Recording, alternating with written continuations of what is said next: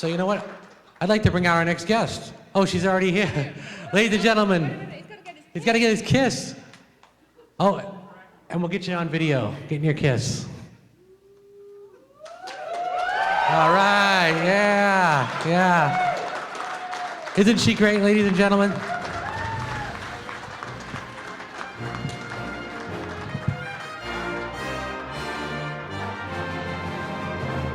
Thank you very much for your help today, Marina. You're great. Thank you. Okay, well, I'm here. All right, you know what I'm going to do? Thanks, Paul. It's been a great convention. I've had a really good time. Sorry I was late for breakfast this morning, but I overslept. You know, it was like that 10 more minutes thing. An hour and a half later. Okay, all you in the back, come to the front. Everybody move forward. Come on, come to the expensive seats in the front. Come on. Not to the stage. And, sorry, I didn't catch your name. My kissing cousin here. What? Rob, come by my table and I'll give you some photos, okay? Okie dokie. So, here we are again. You know what happened yesterday? There was like 200 people in the room, and then the autograph line, it was like the Borg. It was like, it replicated into like 500 people. It was, wasn't it weird? It was so weird. So there aren't that many people, so I'm hoping I have a plane to catch today, so I have to get back tonight because it's my birthday tomorrow.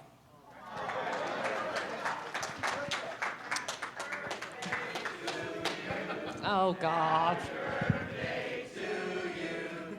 Happy birthday, dear Marina. Happy birthday to you. Thank you, thank you. Yes, I'm 29 again. Actually, the first time I was 29, I was in LA, and my roommate bought me, we had a party, and so she got me a surprise party, and she had these napkins, and they said, 29, the best 10 years of your life. Well, I think I'm up to 39, the best 10 years of your life now, so unfortunately.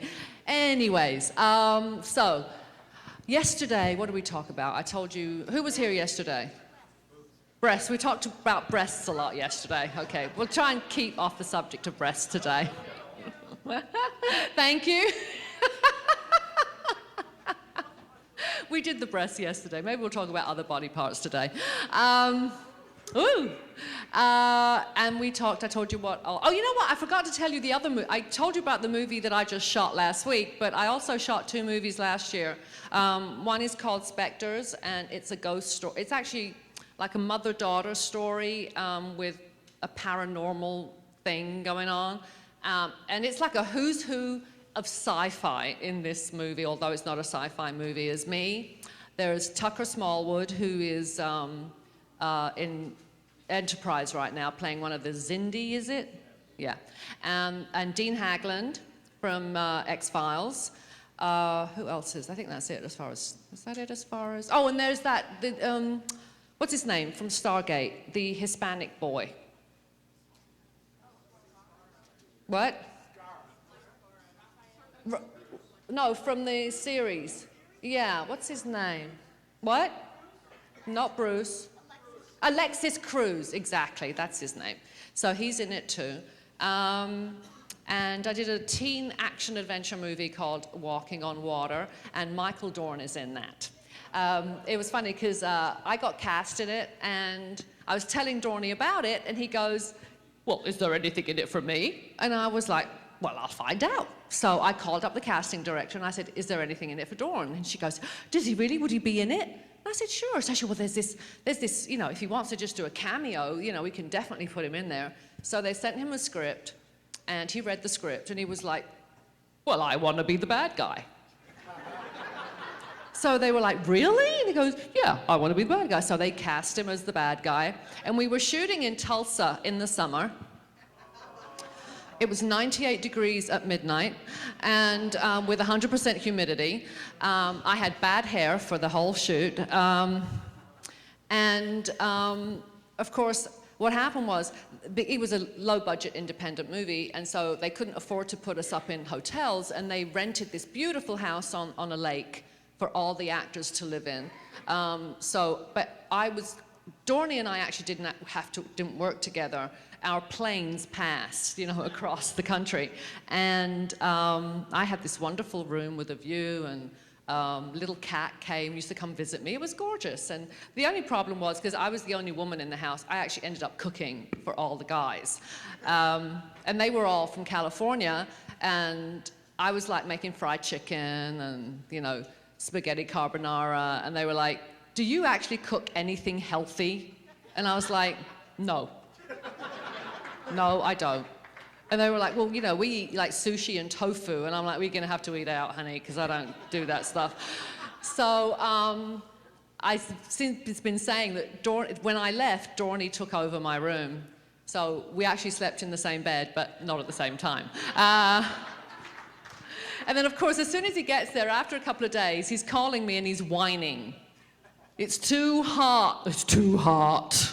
He's like, "It's too hot. And I wish I hadn't said I'd play the lead." And then he's just whining the whole time that he didn't want to play the lead and, the bad guy, and he wished he'd just gone down for a couple of days. So that's what we have a saying in Hollywood: the worst thing you can do to an actor is give him a job. Because then they start whining about everything.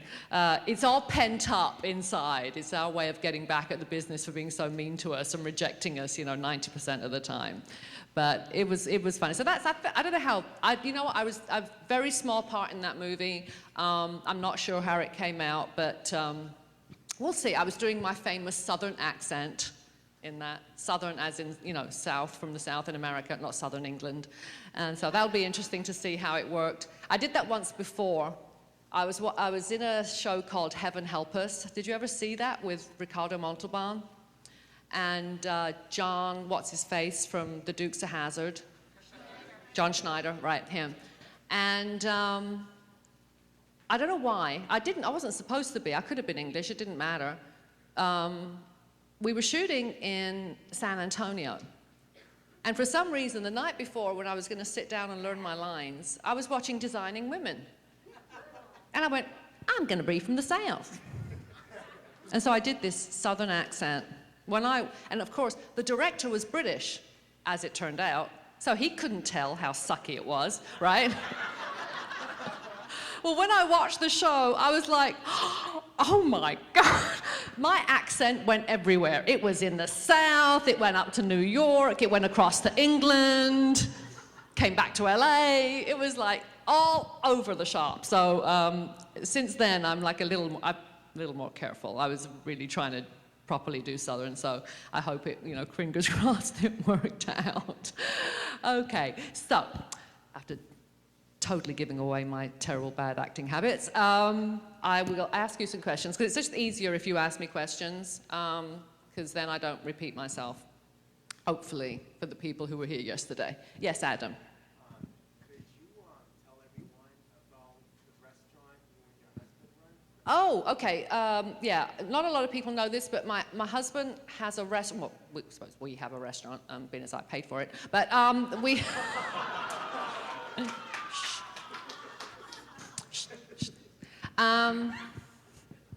What? He's a musician, for God's sakes, Anyway, yeah, I am the complete opposite of what LA girls are supposed to be like. I married a penniless musician who was living in his van when I met him. And all my girlfriends were like, "Are you out of your mind?" They were like, most LA girls are of the opinion that it's as easy to fall in love with a rich guy as it is to fall in love with a poor guy. Do you know what I'm saying? So they were like, actually my roommate didn't invite him to her wedding. We were actually living together. Sorry, Mom. God, whatever. We were actually living together, and she didn't invite him to her wedding because she was trying to fix me up with some rich guy at her wedding, because she couldn't stand the fact that I was living with this poor person. But anyway, we've been married for 12 years this year, and we've been together for 16 years. So what does she know? She's already on her third husband, so what does she know? So what was I talking about? Oh yeah, the restaurant. Okay, so my husband was there's this restaurant, it's in a place called Lake Arrowhead, which is up in the mountains, in the San Bernardino Mountains, about an hour and a half away from LA. And my husband's band was the house band in this restaurant on the weekend. And the drummer, actually lives up there in that area. So the restaurant went up for sale, and the drummer suggested to my husband that we buy it, and he and his family would run it, and my husband would be like the silent partner kind of thing, which hasn't happened. But so my husband goes up on on Thursday, they rehearse on Thursday night, and then they play Friday, Saturday. So basically, he bought his gig. He has somewhere to play every weekend, and he can't get fired. You know, so it's great. And it's Tex-Mex, the best ribs outside of Kansas, okay? Absolutely fantastic. And the food is really good, very reasonable. It can get a little rough sometimes on the weekend because we have a lot of lumberjacks up there right now that are chopping down the pine trees that have died. But it's, you know, it's a real local hangout, and it's fun. And finally, touch wood, we're finally turning a profit this year, so this is a good thing. After 5 years, finally, yeah. So, because in LA, you're opening a restaurant, okay, you have lost your mind, because it's the easiest way to just like give money to the government. Okay, next question. Yes. I saw you in a Granada television show on Holmes episode. Yeah. I don't know if you didn't seem to have a shot with Jeremy Brett, but did you ever get to meet him? Oh yeah, I worked with Jeremy. Yeah, well, And you actually speak Greek. I do speak Greek, but she was Italian. Yeah, Lucrezia. That was what she was. She was Italian. But in the old days in England, when I lived there back in the dark ages, when you did a TV show, you did it like a play. You rehearsed for 3 weeks in a rehearsal studio, and then you went into the regular TV studio and you shot it all at once. And so, yeah, I was around Jeremy the whole month that I was shooting that episode. I mean, now what you do is you don't do that anymore. You literally, they send you a script, you learn your lines the night before, you show up the next day and you shoot it. There's no rehearsal anymore. That was the old-fashioned BBC. That's what they, actually that was Granada, but it was, the BBC actually used to have their own rehearsal rooms, which was this big, big building in Acton in West London. And it was great because you'd go to rehearse there. You can ask Liz about it when she was doing Doctor Who. I don't know if they rehearsed there, but you'd go to the rehearsal rooms for the BBC, and then when you'd go up to lunch, every show was up there, and you'd see all these actors from all the different shows, you know, having lunch. And it was really cool, especially for someone who was just starting out like me. But that was a really, that was a very big learning experience for me to work with Jeremy, because it was like having an acting lesson. You know, I would say Jeremy, because in Wicked Lady, I worked with Alan Bates and Sir John Gielgud. And so between Jeremy, those two, and then Patrick, I had some really good people to work with and learn from. Next question. Yeah, oh, we've got a microphone today. Hello.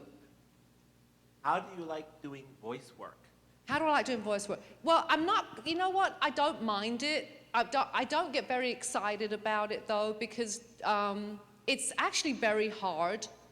I think it's much harder to just do voices because you don't have this to work with or your eyes.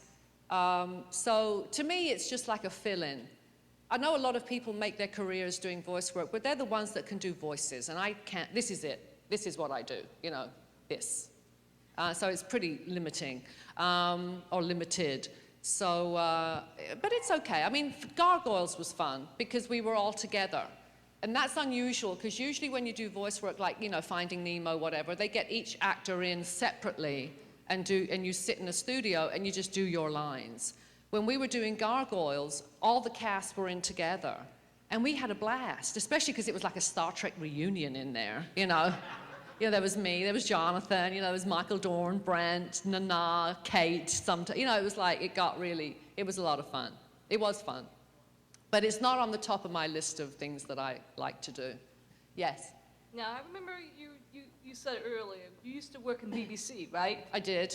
And you did meet Liz Sladen by any chance? Did I what? You met Liz Sladen? No, not till I came here this weekend. Okay. Okay, for another thing, on Star Trek, The Next Generation, I remember seeing your movies, And I noticed you and Jonathan were having fun in the bathtub scene. Uh-huh. And you shave off his beard by any chance. Yeah, well, yeah, I mean, I think I was supposed to shave his beard off in that tub. Yeah, Is that what I did? I was shaving his beard off? I thought he did. But I did, yeah. Well, actually, I didn't. They just, had his face full of foam and he was shaved underneath. I mean, they Okay. weren't going to trust me with a straight razor around John. Around any naked man. I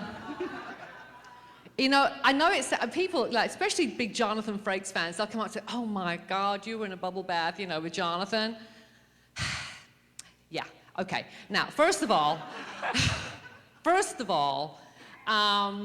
we were in that tub for hours, right? So I don't know if you've ever, sat in a bathtub for hours. Now, whenever you show an inch of skin in Hollywood, they have to put body makeup on it, right? Right. Because you gotta look perfect. It's all this, no one looks as good as they look on screen because it's all done with tricks and lights and mirrors and makeup, right? So anyway, you see these girls with wonderful rippling body abs, they paint them in. It's body makeup, right? So you got the body makeup on, then you sit in water. And it's a jacuzzi tub, so they turn on the jets to make the bubbles, right? But while you're sitting there, whatever, in between, the bubbles go flat, and then from the oil in the makeup, there's just this, like, film of slime. oh my God. So you're actually sitting in slime, okay? Okay. And of course, the bubbles go down. I actually didn't have a top on because, not going to wear a bikini or whatever in the bathtub or underwear. And I don't realize that the bubbles have subsided until Jonathan kind of goes, hi. Hi, girls. And I'm like, oh my God. Big bubbles, And of course, I'm sure there's somewhere in Rick Berman's office, there are videos of my, I don't want to talk about them again, but here they come up again, There must be a lot of talk about it, too. It was like, actually, there was there was a couple of things that I did in that scene that they cut out. When he took the call from Worf, I started shaving my legs. They were like, don't try be funny, Marina, so. And I thought it would have been really funny if we played more on the fact that, it was Worf calling. That maybe they should have said something. Maybe you should have said, Commander Riker, do you know where Counselor Troy is? Or whatever. Well, that would have been cute, but they don't want to. They don't want any of that stuff. Actually, the other thing that was really gross was the mud bath. Do you remember the mud bath with Majel? Oh my God, that was disgusting. Now they say, oh, you're going to be in a mud bath. What do you think? You think spa? You think gorgeous soft skin, cleansing, all that stuff. This wasn't that kind of mud. This was the kind of mud that the girls wrestle in the Tropicana in Hollywood, okay? And I think it was used. Because there were bits in it. Indescribable foreign objects. It was disgusting. And do you remember my hair? It was the biggest hair. It was like the Eiffel Tower on my head. The hairdresser went crazy that day. It was like, just kept growing and growing. Oh dear. Anyway, but so yeah, don't always be, they'll save a penny wherever they can over there on Star Trek. Especially when it came to our costumes. In the last season, because, we were canceled and they were trying to build up DS9, in that last episode, where I come off the beach with Dorn, and, we have that little moment when did we kiss? Do you remember in All Good Things? And I was wearing those ugly pajama things. Came close to kissing, right. Ugly pajamas from Kmart. I swear to God, Kmart. And it wasn't pajamas, it just looked like a romper, And Nana Visitor is wearing a handmade-to-order $4,000 leather outfit that week. What is wrong with this picture? You know? Anyway, I'm just bitter. Okay, next question. I'm just bitter and twisted. Yeah, hi. How do I prepare? Oh, it depends. For Troy, because she was a psychologist and I had never been in therapy at that time. I had never been in therapy and I'd never even spoken to a psychologist. I subscribed to Psychology Today for a year and read that. And then I actually did talk to some psychologists. Because you have to kind of, I didn't realize that there's different kinds of psychologists. So when I read the scripts, I realized she was kind of a Freudian because she never actually said anything. She just kind of went, what do you think? You know, you're paying someone $125 an hour for them to ask you questions, you know. That was what I did. For something like Spectres, where I was a mother of a teenage daughter, I just based it on my mother, you know, because we all have mothers, right? Unfortunately. Anyway, no. My mother and I get on great now that we live on 2 different continents. Actually, whenever Majel came on the show, I didn't have to do any research at all because we had the same relationship as I have with my mother. It's like we got on the best when she was on a different planet, you know. And we were just talking on the phone. This works great for both of us. I do. It depends on the part. If it's something that I really know nothing about, then obviously I have to do some research. But if it's something that I know about or it's just emotional, I'm a very kind of, I can't do a lot of work ahead of time because if it is an emotional thing, I use up the emotions and I get immune to them. So I have to kind of just learn my lines. I learn my lines like 100% so that they're there and I don't have to think about them. So that when I get on the set, whatever emotion is supposed to happen actually can happen. And people always say to me, you know, what is your method of acting? To me, acting is truth. If you're telling the truth in a scene and actually being truthful, whatever emotion is supposed to happen will happen organically. And if it doesn't, then you're not being truthful. Because people say to me, how can you cry so easily? And it's because, well, you have to just mean what you're saying. You know, plus I'm a big crybaby anyway, you know, and I cry at commercials, you know, so that's not hard for me. But I don't have a method per se. I mean, I don't go like a lot of method actors and think of horrible scenes from my childhood or anything like that. That doesn't work for me at all because to me, that doesn't make sense. If you're crying over something that happened in your childhood, that's not true for the character that you're playing. You know what I'm saying? It's not the truth for that character, so it just doesn't work for me. I mean, everyone has their own method of working. Next question, yes. Oh, you saw me in Hotel Suite in Philadelphia? Thank you. No, that was the last stage work I did. I don't do stage work in Los Angeles because they don't respect the stage. They don't respect the theater in LA. People who do theater in LA, except the big theaters, and even then, I think this applies, if people who go to the theater in LA, they think you're doing a play because you can't get a movie. You see, or a TV show. They don't understand that theater is theater. And to be honest, if I could earn as much money in the theater as I can on television, I'd never do anything else because I love it. It's my favorite thing. So thank you for coming to see Hotel Suite, by the way. I only come east to do theater, so you could come see me because it'll be, you know, on this coast anyway. Yes, John. Hi. Yes, good afternoon. The other question that came up about your preparation for roles, and I'm putting it together with that bit of Southern accent you gave us. Because you sound British, have you ever noticed either that becoming limiting or else liberating in you getting a part somewhere? Oh, no, you have to be able to not be British.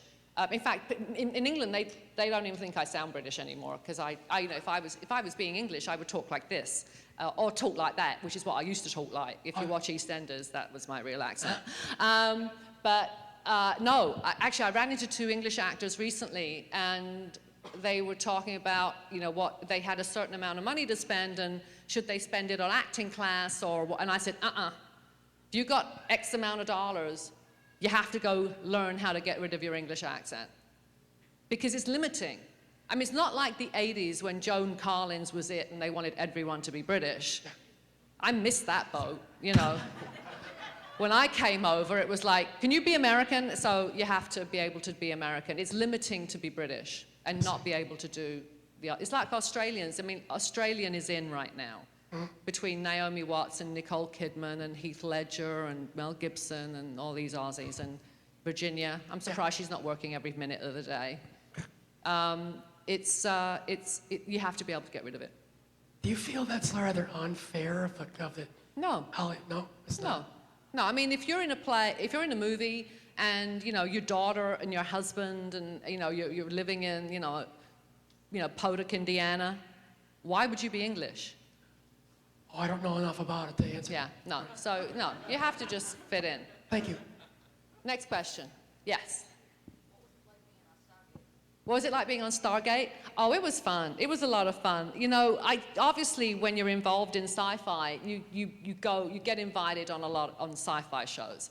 And because I was in, sorry all you Stargate original Star Trek fans, Enterprise, DS, Deep Sleep Nine, all those other shows. Next Gen was it, right? So anyone from the Next Gen cast, when we go to another show, we're treated like royalty. It's like, oh my God. Can't believe we got someone from the Next Gen, on our show. And I got on great with them. Amanda and I hit it off like a house on fire. We just had a really good time. I think they were just happy to see that I wasn't kind of stuck up and snooty and, I'd kind of joined in. And it was a lot of fun. And Richard Dean is great. It's a really nice set. It's really easy. Actually, and one of the directors, Peter DeLuise, why are we laughing at Peter DeLuise? Oh, with Peter and I worked together. I was supposed to do 21 Jump Street and play his girlfriend. And I got a cold sore. And I got fired because I had to kiss him and I couldn't, So, so I met Peter DeLuise because I went up to Canada and the cold sore came up on the airplane on the way up to Vancouver. So they just sent me back home. So I met him. And he was really sweet, and because I was having a lot of problems with immigration at the time, and he actually offered to marry me so that I could stay in America. I didn't hold him to it, though, bless his heart. So it was nice to see him again, too. I think he's happily married. I didn't mention this, to anybody. So, next question. Okay, goodbye. All right. Yeah.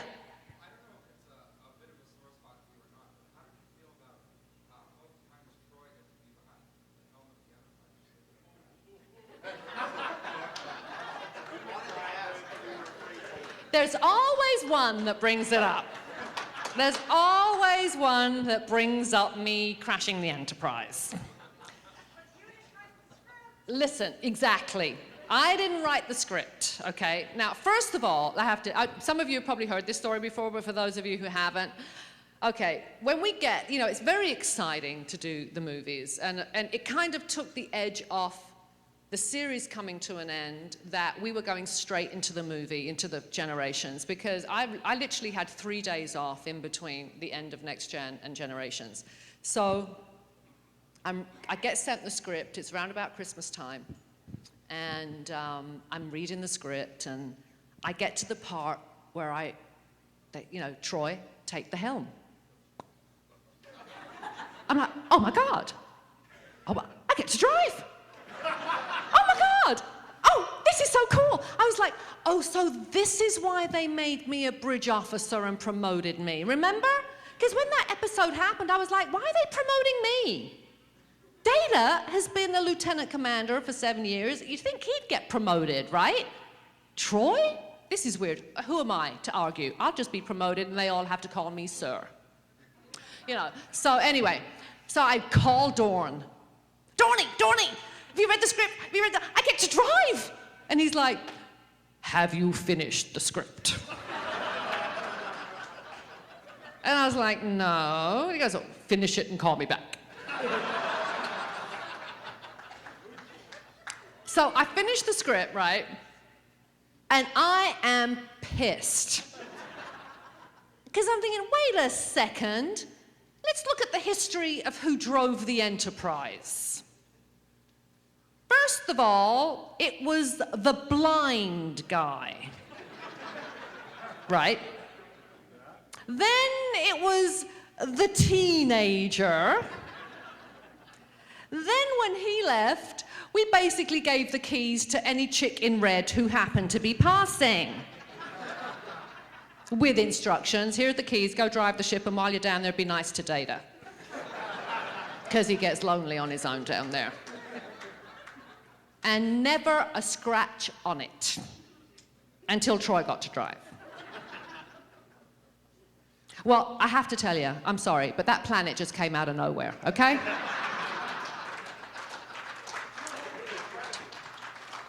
And Patrick Stewart's going around the country going, that woman will never drive my ship again. And now I'm getting, crap from people who are like, you crashed the Enterprise again. And I was like, I was under orders. Excuse me. Old Baldy behind me was like, on my mark, do the thing. You know what it is? They just don't want a guy driving when that happens. It's all this male sexist plot that a woman has to be driving every time the Enterprise gets demolished. Bastards.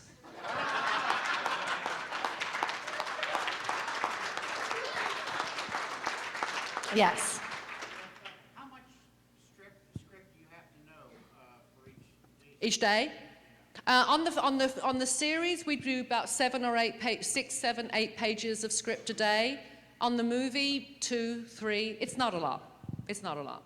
Yeah, there's no excuse for not knowing your lines. We used to have guest stars who'd show up who didn't know their lines. We wanted to kill them.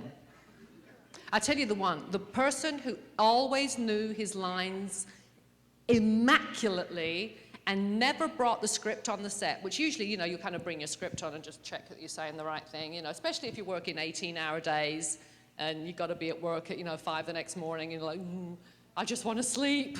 Brent Spiner never once in 16 years of Next Gen brought his script on the set. He always knew every single word. I know, amazing, hate him. Okay, what's that? He was an android, yeah. That's right, yeah. You forgot the part when you drove the ship. Uh-huh. I saw you before. Okay, you want the whole story? Yeah, when you got up. Oh, you want the whole story. He wants the whole story of when I drove. Okay. Who's heard it before? The whole story of when? Oh, okay, I'll have to give you the whole story. All right. I just don't, want you to hear it 20,000 times. Okay. All right. So when I was driving, remember? Okay. What happens is, you've seen those Hollywood, special effects shows when you have explosions and stuff like that. Well, when you have explosions, you actually really do have to have explosions. You can't fake it. Maybe you can now with CGI, I don't know. In those days, you couldn't fake it. So what they do is they set up these little mini explosions and they have cork. So if something hits you, it doesn't take your eye out, but, well, actually it probably would, but if it hits you on the head, it's not gonna knock you out. So the thing is, it takes a long time to set up. And so you rehearse and rehearse and rehearse so that you only do one take. Because once they've blown something up, it's a lot of work to put it back together again and do it again. So you want everything to be perfect. You practice all the stunts. You get it all down. Everyone knows what they're doing. We're gonna take one. We're gonna okay, everything starts, take one, action. Everything starts exploding. The girl, Tracy, her name was, who was sitting down there driving the ship, she got exploded out of her seat. Obviously, not nice enough to Data. And she's dead. And Riker says, Troy, take the helm. And so Troy runs down to the, because Troy runs like a girl. And I sat down in the seat for about 10 seconds, maybe less. And I went, yow! And I'm out of the seat screaming. And the director, David Carson, also British. You guys think you won that war, didn't you? Never. Okay. Also British. I'm out. What the hell is going on with you? And I said, my chair was on fire. When Tracy had vacated the chair, burning embers had fallen into it, and I sat on them. I had a hole in my spacesuit. Well, we had to do it again. So we all, go to your trailers. We'll call you when we're ready. Usually we all used to hang out in each other's trailers. It was like a big love-in, and because we really were best friends. Well, we still are. We all had dinner together last week, but we are still best friends. So no one came to see me. I could mutter, bloody Marina, stupid cow, stupid Marina, and because, 5 hours it took to get this back together. So I'm sitting in my trailer on my own, watching my TV, and my trailer was nicer than my house. It was really nice. And so 5 hours later, we get called back in to do take 2. David Carson comes up to me, he goes, look, I don't care if your chair is in flames. You are sitting in it, and you are staying in it. I was like, yes, David, yes, of course. So I'm thinking, okay, right. So we do take 2, all right. Everything starts happening, explosions, Tracy gets exploded, Riker says, Troy, take the wheel, Rahel, whatever the hell it is, I run down, and I thought, you know what, just to be on the safe side.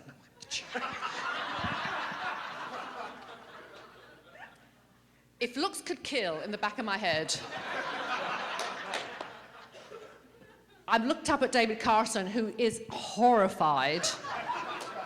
And then he realizes that he can probably, as long as I stay in the chair, he can probably cut around it, Because I thought it was a very Troy-like thing to do. It's like, like Niles in Frasier. Just, wipe it off before you... So, but it was, I never heard the end of that. I was like, the rest of the cast were always like, Marina, you were this close to being the ex-Marina Sirtis, So that was the things that happen. It's interesting when you see things that, because we used to shoot the films, we always shoot the films in the springtime. And they would bring them out, Thanksgiving, between Thanksgiving and Christmas. And so it's a bit of a gap between shooting it and seeing it. And obviously they add so much more when, in post-production. And I remember the first time I saw Generations, I saw it with Patrick in New York in a private screening for just Patrick. Excuse me, because he actually won't do press for the movie until he's seen the movie. The rest of us don't care. We'll just go, oh, it's great, you gotta go see it, and we don't even know. We even said that about Insurrection, that it was great. We're just liars, basically. We'd never seen it. We didn't know it was the most boring film since, I don't know, can't even think of something, Gigli. I don't know, Gigli came after. Okay, anyway. Anyway, so I was in New York at the same time as Patrick. We were not together before any rumors start, because I know what you were like, you guys. Marina and Patrick were in New York together. I'll be divorced by the end of the week. So anyway, we're in New York together at different hotels, and he says, do you want to come see the movie? They're having a screening for me. So I'm like, yeah, it'd be great. So we go to the Paramount building, Columbus Circus, sitting in this room with like armchairs, and like a table with like nibbly bits, to eat and drinks and things, and we're sitting there and get to the part where, remember, we were going to the Nexus and everything, and the first time, and the Enterprise gets blown up. And I went, out loud, gripping the arm of my chair. I'm like, oh my God. And Patrick goes, what's the matter, darling? And I said, Patrick, we're dead.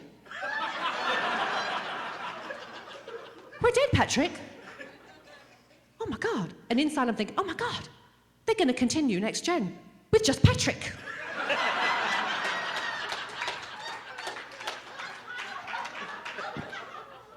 And he's like, oh, darling, don't you remember? I go back into the Nexus and I save the universe. I'm like, oh, yeah, of course. So how could I forget,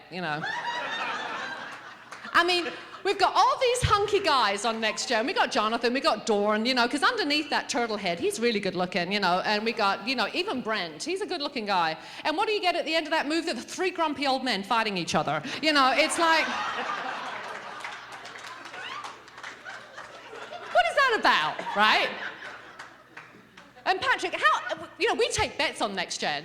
How long is it going to take Patrick to get his shirt off in a movie? And show us those rippling muscles, Because I have to be honest, he's the oldest guy, but he does have the best body. He does. He's got a great body. Anyway.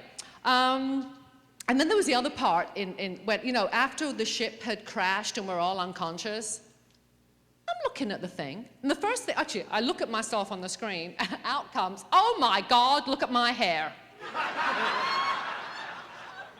Because for 7 years, we had been through hellfire and brimstone. Troy never had a hair out of place. Remember? Never a hair. Even when I fainted, my hair fanned out beautifully around me. And then finally, in Generations, my hair matched the action. We'd just been through a big crash. My hair was messed up, but it was such a shock, right? And then I'm thinking, wait a minute, what is Brent Spiner doing laying on me? I'm looking for the rest of the scene, I'm looking, checking to make sure there's no gold fingerprints on my Kazi, So it's fun. It's fun to go see them after, because you never really know how things turn out until, and then of course they cut so much out. So it's really fun to see the movies, except Insurrection. Okay, next question. Do they have another one in the works? No, I think we're done. Yeah, I think we're done. It's your fault. Don't be booing me. Nemesis didn't make enough money. You all went to see Lord of the Rings, It's like, forget about it. It was like, we needed to make, it didn't make enough money. And to be honest, Brent and you, how many times? Twice. Good for you, God bless you. Patrick and Brent's salary, is the total economy of a small African country now. So, it gets a bit expensive. So, I don't know. I'm sure there will be other Star Trek movies, but it'll be with the cheaper actors. I don't mean morally cheaper. I mean fiscally cheaper, Next question. Yes? Are you going to be doing any film work or any new TV shows? Where have you been? Were you late? Were you late? See, I've talked about that already. You get punished for being late. I don't answer that question. No. I've done other films which they will tell you about. No other TV shows. The last TV show I did a guest shot on Threat Matrix, which was on, I think it's cancelled now though, isn't it? Threat Matrix? I know, it was good. Yeah. I do. If you actually go to my website, you would know about them. See, you're just digging yourself deeper, actually, at this point. And Okay. Okay, next question. In the back, yes. Come on, anytime today. What was the most meaningful Next Generation episode for you? The most meaningful? Oh gosh, I have never been asked this before. Meant the most to you? Meant the most to me. Oh, you know what? Okay. It was a scene. In All Good Things, at the end, when we're in the poker, playing in the poker scene. And Michael Dorn, for a year, ever since he'd known we were going off the air, he was like, I can't wait to get this bloody makeup off. I hate this damn forehead. I hate it, and I'm never going to do it. Just moan, right? Whinge. So we actually did, I don't know if they did it on purpose, maybe they did. The poker scene was the last scene that we all shot together. It actually was the last scene we all shot together. And so you could just cut the air with a knife. I mean, it was just, and then when Patrick comes in at the end, and that's, when I'm talking about being truthful in a scene, it was all there in that scene. If you go back and watch that scene, all the emotions that are happening in that scene are real. Because I swear to you, hand on heart, we really do love each other on Next Gen. All other actors say that they get on with each other. It's a lie. We were doing a press conference for, I think it was for Insurrection, And Jonathan and I went into a room to talk to the radio stations. It was like a round robin kind of thing. And they said to us, we've been spying on you. And we're like, uh-oh, because we're bad, you know. And like, what do you mean you've been spying on us? He said, well, all the other, you know, every movie, every show we do, all the actors say, you know, how they love each other and how well they got along and everything. He said, we go and watch them in the corridors, you know, walking past each other. They ignore each other, like, you know, they don't relate. So you guys, every time you're let out of a room, you're like all over each other. You really do, you know, have a great relationship. So it is true. And at the end of that scene, we're just, you know, it's like, okay, cut. It's a wrap. We just kind of sat there. And I wasn't really too teary because, like I said, I was, you know, we're starting work on the movie right after. It's not like it's over, you know. Dorney starts crying. Dorney, Mr. I hate this bloody makeup, starts crying so hard his nose fell off. He's like big Klingon with a nose like hanging off. He's going up to people who he didn't even like in the crew. I love you, man. I'm going to miss you so much. I mean, it was so, it was just, you know, and they gave us all a picture of us, you know, together in that poker scene. And my moment was after I finished on Generations. When I wrapped on Generations, I was like, oh my God, it's over. And I couldn't leave. I couldn't go home. I was like, I'm just getting like teary thinking about it. I'm wandering the sets, empty sets, just like going, oh my God, it's over. And it was just like, I couldn't leave. I was like wandering around for hours. They were like, Marina, you know, go home. And I'm like, I can't. Until finally I thought, okay, I gotta go. So, you know, we have these director's chair with our names on the back. Usually what you do is you take the piece of fabric with your name and the show. It's like a souvenir, you know, you take that. I took the whole chair. I'm like walking out with the chair, run into one of the producers. She goes, where are you going with that chair? I said, it's my chair. She goes, oh God, take it. You know, she's like, I'm thinking, well, this is good. I go back into observation, start wheeling out one of the chairs, you know, thinking this will be really comfy to watch TV in, you know. She's like, you can't take that chair. It was worth a try, you know, so I get back in. The chair, 3 or 4 spacesuits, the occasional communicator, tricorder, you know, phaser. I got a couple of things. It was just in case I ever had kids, it was going to be their college fund, you know. I didn't, however, so it's mine. When I'm 80 and broke, I'm going to put it all on eBay. Yeah, that was the most meaningful moment for me, was the poker scene in All Good Things. Next question. Yes. Oh, I felt sorry for Diana. Diana knew from day one she was only going to be on the show for a year. And it wasn't because she was only hired for a year. It was because she just knew. I mean, I remember walking over to lunch with her the first week. And she said, we were talking, I said, you know, this is really great to have you on the show. And, you know, we're talking. And I said, you know, this is great. It's a great gig for you because we're going to go, you know, we're going to go at least, you know, 4 or 5 years. And she said, oh, I'm not going to be here. I won't be here. She said, I'll be gone at the end of the year. And I'm like, you're out of your mind. I said, they can't have a new doctor every year. It'll be like a joke, you know, Doctor of the Year. And she just knew. She knew in her heart that she was going to be gone after the first year. So I felt really bad for her. It was tough. She had a husband who really wanted her to be a wife when she got home and not bring her work home with her. And that's really hard for an actor because, if nothing else, you've got to learn your lines, you know. So it was tough for her. It was really tough for her. But I haven't seen her since she left. I hope she's doing well. She doesn't live in LA. I think she lives outside of LA. Yeah. Oh. Excuse me?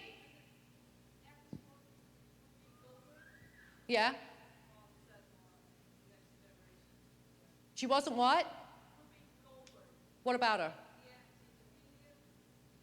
Oh, I know who she is, yeah. I work with her.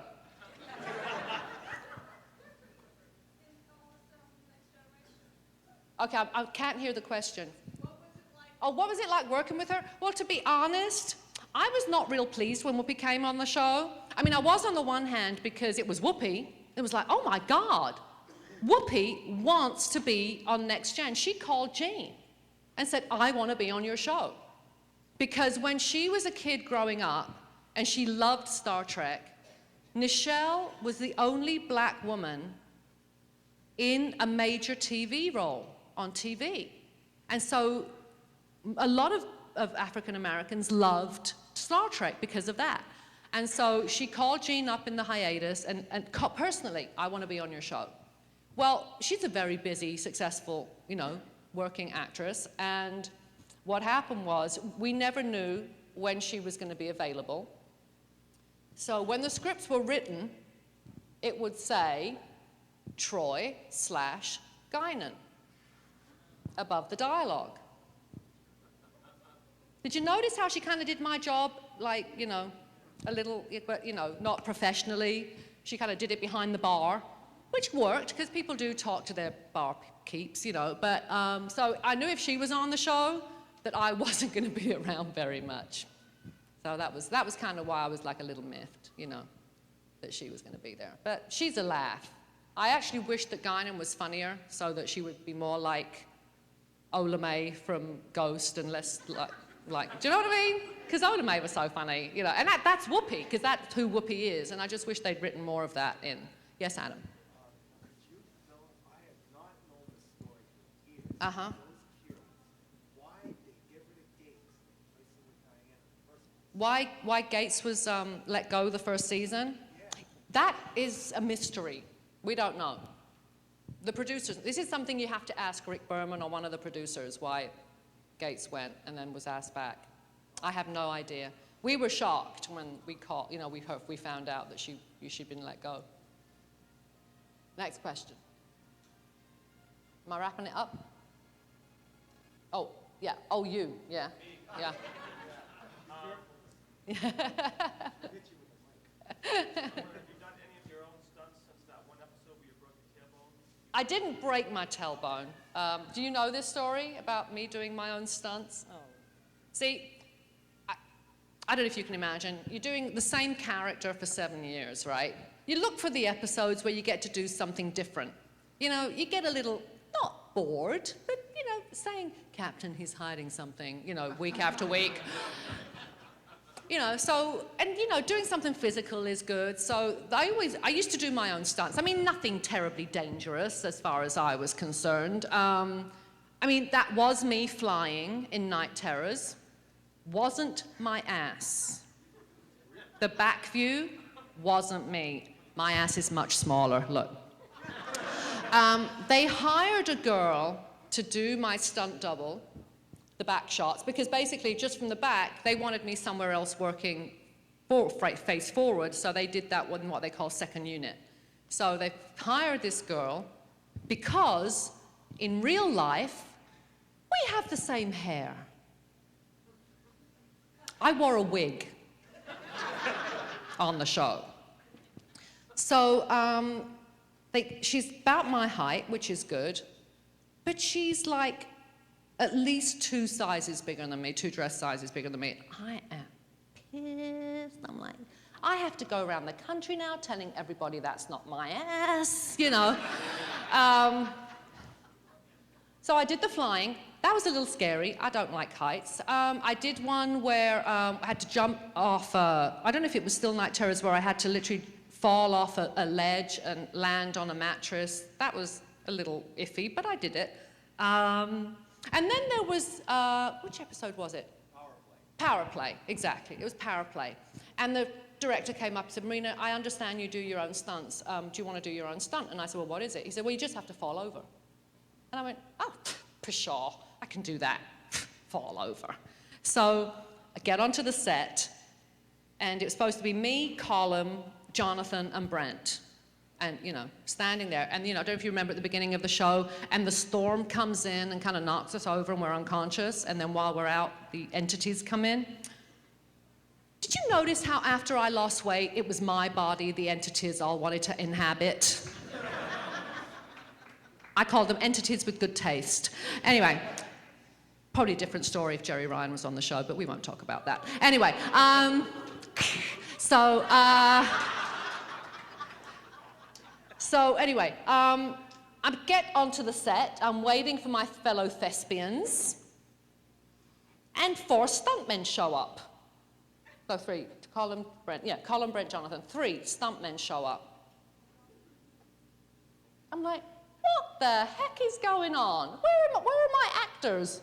And like, oh no, they won't do the stunt. I'm like, well, they're over by the coffee machine getting coffee, right? And of course, me, not being one to let anything like this slide by, I'm going, call yourself men, I spit on you. You're a bunch of girls' blouses. Ha! You're pathetic, right? Just all this abuse hurled across the stage.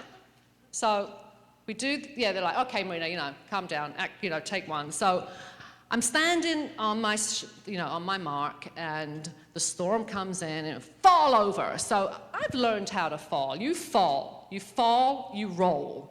Because basically, there's no, vital organs down your side, and it's fleshy, So, fine. Director comes up to me, Marina, that was great, but, you're the only one of the real cast, doing this, so would you mind, just falling straight back so that we can see it's you? Well, my brain stopped for a minute. I went, okay. So, take 2, storm comes in, fall straight back, bam! No pad, no nothing, onto the hard concrete floor. Perfect! Next setup, we're moving on.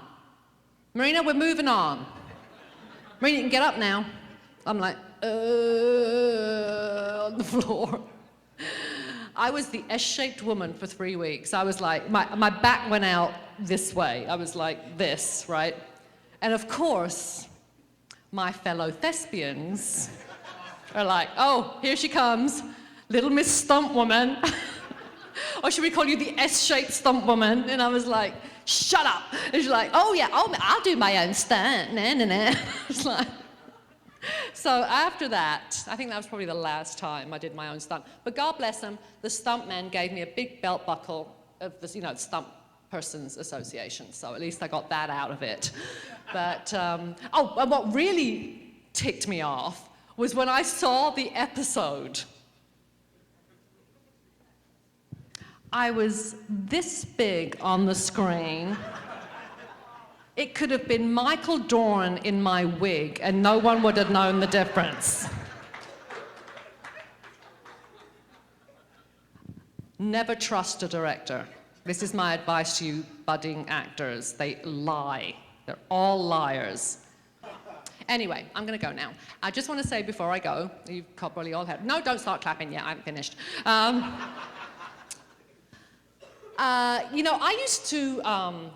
I used to go to conventions, and I used to see that the original cast were there, and I used to wonder, my God, this is 20 years since the show was over, and they're still doing conventions. How amazing is that? And now I'm in the same boat. And I have to say that whenever I come out to a convention, which isn't that often anymore, maybe 5-6 times a year, I'm always stunned that anyone would pay money to come see me, because I've been doing this for so long, and I've done so many of these that I'm just so awestruck that you do. I mean, I know there's other guests, but I know you came to see me. And I just want to say, when I got cast in Next Gen, I had no idea it was going to change my life. You can't imagine the blessings I have in my life. I have a wonderful home. I have an amazingly wonderful husband. I have my great animals. I don't have a movie star house, but it's a very nice house in the Hollywood Hills. I drive a Porsche. Okay, it's 20 years old, but it's a Porsche. Everything I have, I owe to the fact that you people turned on your TV sets for 7 years. You've gone out, generally, to see the movies. So I really want to thank you. Everything I have, I owe to you. I will never forget that, and I will always be appreciative. I love each and every one of you. God bless you all. God bless you.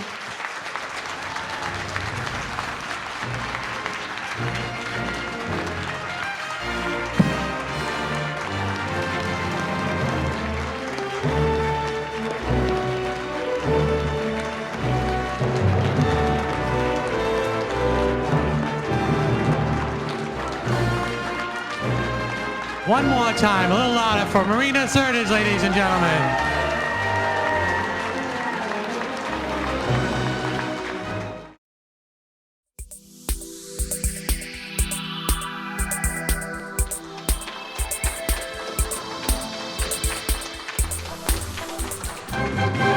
And Teryl Rothery from Stargate SG-1, and Virginia Hay from FARSCAPE, ladies and gentlemen.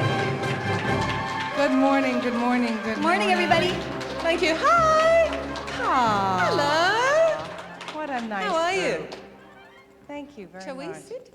Yes. We were just talking about Tai Chi.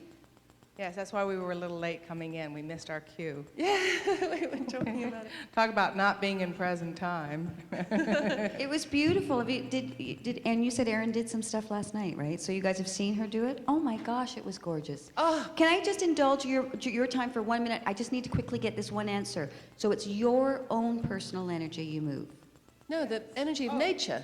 Oh, no, it's combining your field of energy with the energy of the universe. Combining the heaven and the earth.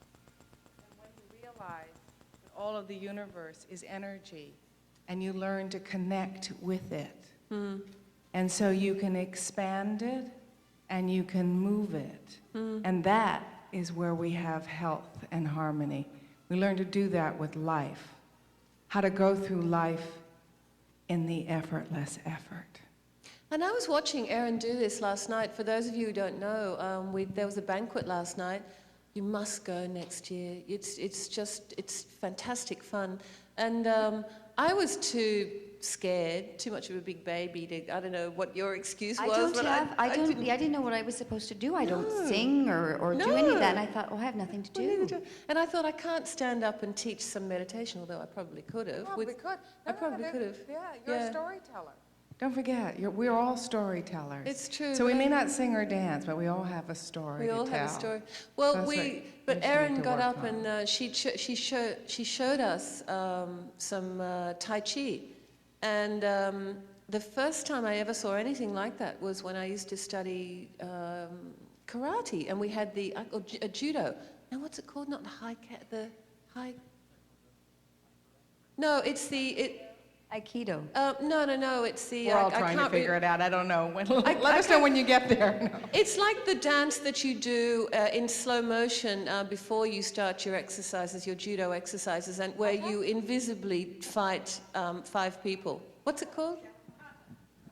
The kata, yeah. And the first time I ever saw it was then. But then last night, watching Erin, I could, because I don't want to go into it, but anyway, but I could see Erin moving energy in the room, and the energy in the room was almost as though it was the sea. It was the sea of fluid, and she was moving it in slow motion towards her and away from her and towards us. And it was just spectacular. It was like a symphony. It was beautiful, really beautiful. If you ever get a chance to work with Erin, then you must. Tai Chi. Anybody have any questions that they would like to ask? Here's your chance, we're here, we're in your laps. Yeah. And Okay. we like to share. Yes. Whoa. Got to be careful of those mics. Is that working? Come on, hang on, wait. Oh, turn it on, sweetie. Here. Dun, dun, dun, dun, Okay. dun. Oh, you got it? Oh, cool. It's called. But we loved the run. It was wonderful. Thank you. Go ahead. Teryl, I know you've done some voice work, but have Erin and Virginia done any? Come on up, Teryl. Just take the moment and seize it. Isn't she gorgeous? You're talking about voiceover work. Yeah. I have done smatterings of it throughout my career in various forms, and I find it to be the most thrilling of a part of our profession. If I could spend the entire day in a studio being as silly as I possibly can, with 5 other people being as silly as they possibly can, I can't think of a better way to spend my day. I don't know. How about you? You prefer the office with the fluorescent light? Nah. Do you prefer having somebody telling you what to do every moment? No, I think being silly all day is just the best way. What kind of work have you done? Same as you, bits and pieces of the voice. What part of it do you like the most? I like being able to go into the room. You don't have to worry about how you look. Yes. Like it's about being as big and Yes, crazy. as big. And have you been And yet real. real? But it's big. but those other actors, strokes. don't you laugh? Like I mean, they You usually spend are the whole the day funniest laughing. people. That's all you do is laugh. It's the best. It's the best. And I like doing, I've done a lot of voiceovers as well, and the thing I like about it most is escaping from reality. You can be in whatever zone you want to be in it. And I often feel in the sound recording studios, though I'm in my own soul space. I'm in the middle of a heartbeat. It's really lovely. But I record meditations. I've just recorded 5 meditation CDs. Plug. Now that must have been a fun experience Oh, because it's you beautiful. transcend in that space and then it comes out in your voice. Oh, yeah. And the timing, and so when you listen to it, you get it again. Nice. So you transport people through the audio tapes. Yeah, and That's when you're nice. recording them, you often it feels like you're channeling it. Yeah. It just things that I hadn't even prepared just come well, out. You're It's, open, you're receptive. That's the power of the yin. Oh, it's just heaven. I get goosebumps when I think about it. Oh, I just love it. Yeah, I know you love being feminine, don't you? Oh, I just love it. I'm such a big girly girl. I really am. It's so great. Yes. Oh, darling, the microphone? Yeah, Can you- could you go to the microphone? It'll be a lot. We could get Teryl to run down again. God knows we love watching She Teryl li- run in you her know. high heel shoes. And all the right bits jiggle. Yes. Thank you, John. Okay. Yesterday, Teryl was talking about clothes that she was wearing during the show, whether she was there or she disappeared, depending on what she wore. You were talking about the chest area. Yeah. No, that wasn't Teryl. That was Marina. Can I tell you? No, I heard about this. Wait a minute, I missed the concept here. Okay. Focus in. I'll tell you. Marina said what, and where are we? I'll tell you, because I heard about this at the breakfast table this morning, because they were saying how funny Marina was, and they were talking about, because I was having breakfast, and I was leaning over, and more of my front was showing than I had planned. And I said, oh, I'm showing a bit too much chest. And then one of the girls said, that reminds us of the story that Marina was telling yesterday about how much chest her costume showed, depending on how serious the scene was. And she was saying in one of her panels yesterday that the writers would write her as extraordinarily serious and poignant in a scene, and just coincidentally the costume would be up to her neck and she'd be covered. And then the following week she'd be in a scene where she was very flamboyant and very sexy and alluring and mischievous, and her costume, she'd be showing a great deal of chest. So your question, Teryl, was? Well, I don't know. I'm going to just jump in here. Your visuals brought up so many thoughts. I find that costume determines my character. I remember a quote Joanne Woodward once said, "I begin my character with her hat." Now this is, of course, in the days when women wore hats. So your hat did define who you were. I like to think of it as, I am my shoes. And for me, my character starts with my feet. So that determines how I walk, how I sit. And then the structured or unstructured aspects of the costume determine how I present myself. Now with Colonel Wilma Deering, I had a girdle from head to toe. And that defined my character. See, I just had to wear the girdle when I was there. Of course, at the end of 2 years, when they asked me if I wanted to take it home, I said, no, burn it. Yeah. And may I be present Not at the burning? yes, and not knowing, of course, that I could have paid for my son's college education with auctioning them on eBay. Yeah. But, so, you know, yes, I think that answers your question about how wardrobe determines, but unless, of course, you're bringing in the political chest. aspects of the producers deciding what your chest size is, and is this an issue in outer space? Yes, it is. Yeah. You know, Sigourney It's Weaver's true. character brought her zipper just a certain place. Yeah. People have come up and asked me, did you do that on purpose? I said, absolutely, I have a mole, and the whole idea was to bring it down just below the mole. So I knew exactly where the zipper was in every episode. Well, you with know? in FARSCAPE, one of the characters played by Gigi Edgley. Oh God, I'm going to give you secrets now, but we're talking about chest, right, specifically. Well, good. Secrets about chest. You have a problem with that? I don't think so. Please tell us more. Well, because you were talking about, I think anyway, Marina was saying, I left a bit out, she was saying something about the padding. They'd sometimes make her chest more prominent depending on what sort of scene she was playing, and other times it was less prominent. Wait a minute. I gotta. We all know Marina.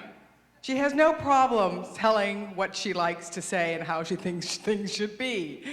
So I can't see her being too dictated by the producers or anybody for that matter. And she's a sexy personally, I girl. think she's a girl who understands that there are moments when you speak with your breast. Yeah.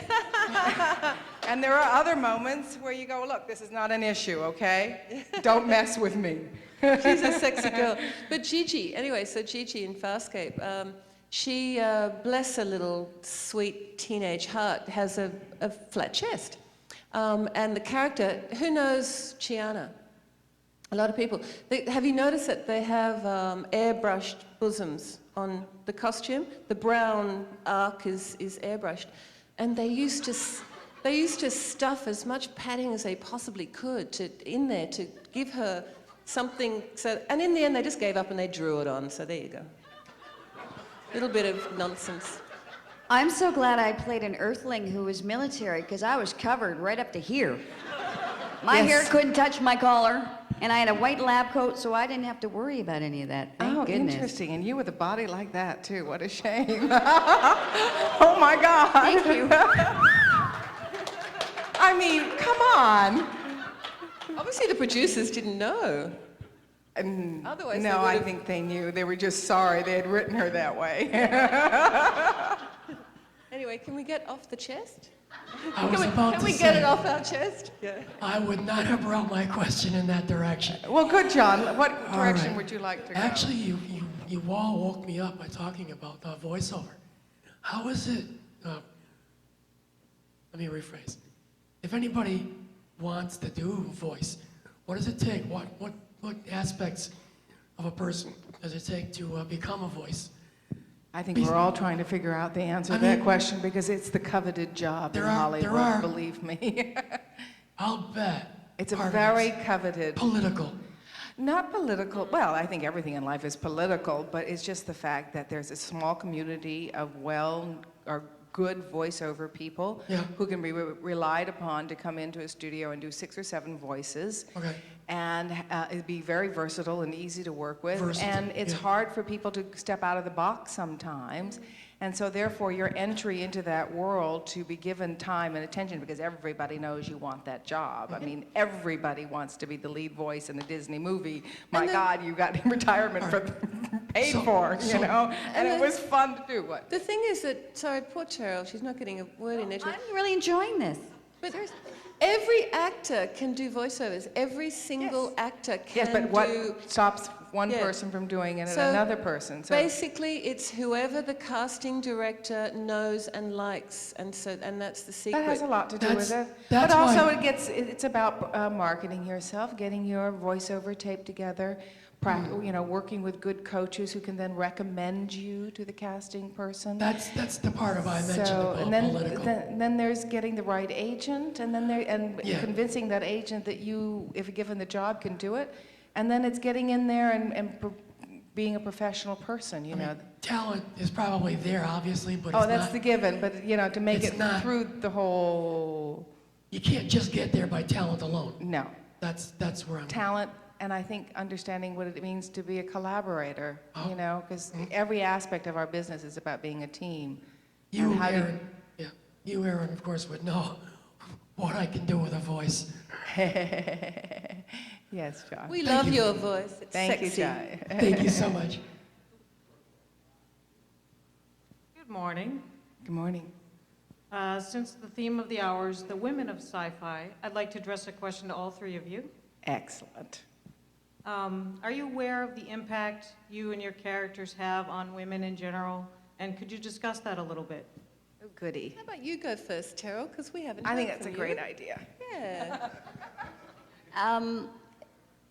Yes, I think we are aware of it simply from having the privilege of coming to conventions and talking and meeting with each and every one of you, and also through fan mail or any of the emails that we receive. I've been so fortunate that there's a tremendous following of young women, young men, who look up to the character. I'm so blessed to have played a character that is female, intelligent, not afraid to show her femininity at all, and really working in a men's world. I mean, she's in the military, she's also a doctor, and it's inspired a lot of young people to want to go into schooling, be it nursing. A lot of women and men have said thank you for what you've provided, and it's caused them to want to join the military as well. So if you can do that, I mean, sometimes I was saying to somebody, one of the fellows who was here yesterday, a real doctor, I said, sometimes I listen to the stories that I get from you people and what you all do for a living, and I think, my gosh, I feel like I don't contribute. I feel like I'm in a world where I'm not giving back, and I think it's so important. I think we get back what we give out, and sometimes I say, I wish I was doing what you do. I feel like I don't make a difference. And somebody brought to my attention, well, think about all of those young people that look up to what it is that you do, and that you all of a sudden go, yeah, maybe I am. Maybe this is what I'm supposed to do, I'm here to do, and I'm doing it, and it obviously is making a difference for some. And if you can do that for even one person, then I guess I've done my job. You know what I mean? Yeah. Like you, Adam. No, you go. No, you go. I was too busy listening. I don't know. I think you really touched upon everything. The idea of balance between man and woman, playing those aspects of yourself as an individual, being able to express my yang part of my personality as a colonel when I know I am right and you don't mess with me. Ooh, it feels so good. I just love wearing that. And then there's the other part of me that just wants to be open and receptive and feel comfortable there and feel strong and centered and not feeling threatened. And to be able to play a woman of that kind of balance and strength, I think, is a wonderful opportunity. And if in some way, by playing that character, I'm able to have an effect on somebody's awareness in life or inspire them in some way to be all that they can be, cool. I think that makes life worth living.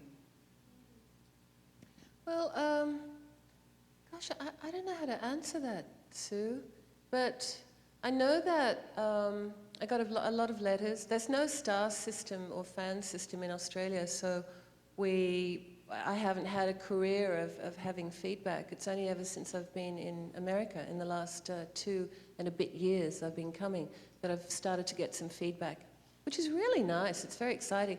A lot of people say different things, but one of the main things that I got from a lot of women was that they said it's very, very simplistic and it's a superficial thing, but yet it's not. They said, thank goodness one actress out there isn't, well, you guys aren't either, but anorexic. There's a lot of actresses out there who are extremely skinny in a very unhealthy way. Erin and Teryl are very healthy, strong women. I'm not talking about them, but there are some who are very, very skinny.